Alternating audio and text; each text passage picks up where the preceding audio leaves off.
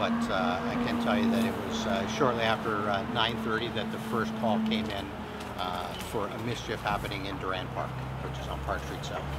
Okay, officers responded there. Again, we get tons of mischief calls during the evening. They most likely thought it was kids in the park.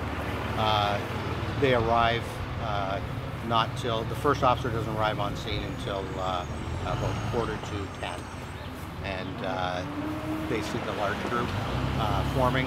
They walk up, again, they don't know what's going on, and then they quickly realize there's a whole bunch of people dressed in black, some have masks, and they see that they have rocks and whatnot, and they have to retreat to their vehicle because the group is becoming hostile towards them. How many officers at that point? There's only 2. Were they hit with rocks? The rocks were thrown, and I believe just a cruiser was hit. A cruiser was hit, Yeah, so nobody was officers injured? were injured, no. Okay, and then what happened after that? So some of the group like dispersed, ran all over the place. Sort of. That's okay. And they obviously called for more units. Again, still trying to digest what's going on. This isn't your average call we'd respond to. More units are coming down to the area, and now we get a group forms up around Aberdeen and Queen. We get calls again from the public saying there's 20 to 30 masked people in black walking down the street, throwing rocks and setting off fireworks. So again, more officers are coming into the area, but again, the officers are getting rocks thrown at them and whatnot.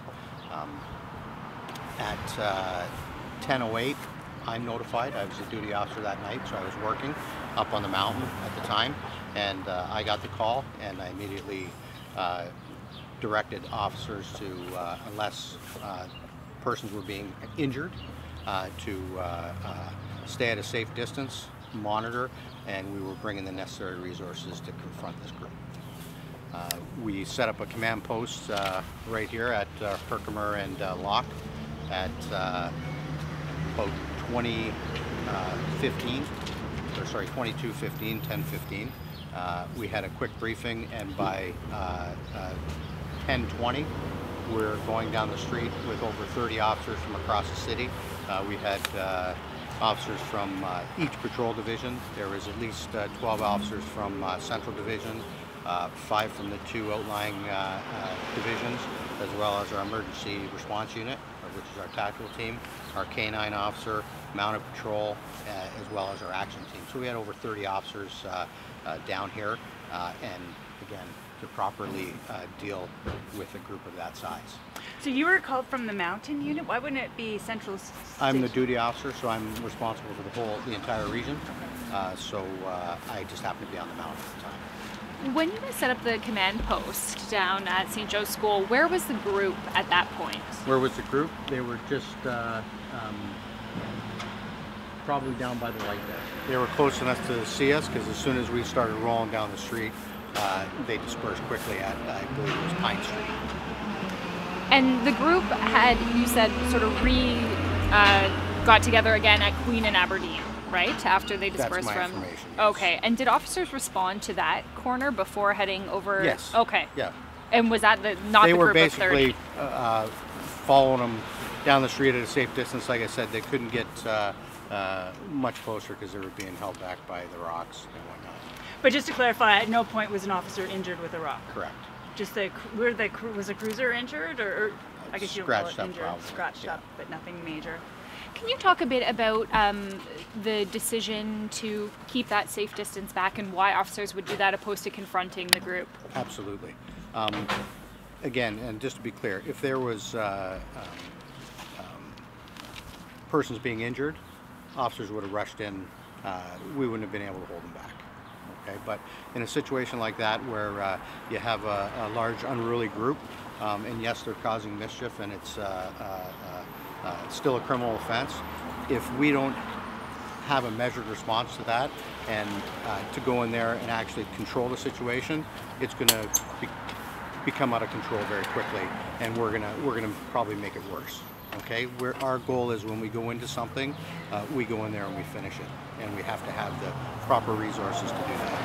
How Paul, have you made any connections with the book fair that was held at Westdale High School this weekend? I can't say we've made any solid connections, but I think we'd be foolish to think that there's a book fair, anarchist book fair, that's obviously going to attract people from out of town, it's a lot safer for somebody from out of town to commit something like this and take off than you get less chance of being identified. So I definitely think we're investigating that connection, and we're very in tune to the possibility that there is a connection. There's a Hamilton anarchist group as well called The Tower. Have you been in touch with any of those members? Me personally, no. But again, that will form part of our investigation, looking at all the usual suspects. I've seen some people posting on social media talking about the fact that no arrests were made despite the fact that police were on the scene when the group dispersed. Can you talk a bit about, like, did cops go after the group when they fled? We were in the area looking for people, yes. Unfortunately, the persons that were involved in this were using tactics that you've probably seen at G20, black bloc tactics, where they're wearing multiple layers of clothing. They're obviously disguising their face, so they leave here, they run down one street. We've recovered a lot of clothing in people's driveways, like hidden up the driveway. So they'll strip off their black clothing, now they're wearing something orange, and then they go down another street and they strip that clothing off, and it becomes very difficult. Again, our immediate concern was for the public safety at that point, and we will continue on our investigation to hold somebody responsible. You were talking earlier about sort of the investigation and how it's taking shape. I'm thinking social media.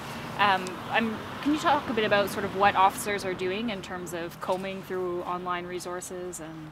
Absolutely. To date, as I said, we're canvassing for video. That's going to be one of our biggest allies here, video cameras.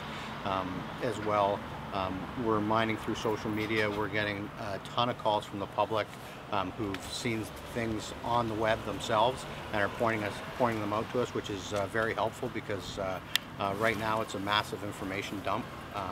And it's going to take us some time to analyze all that information and go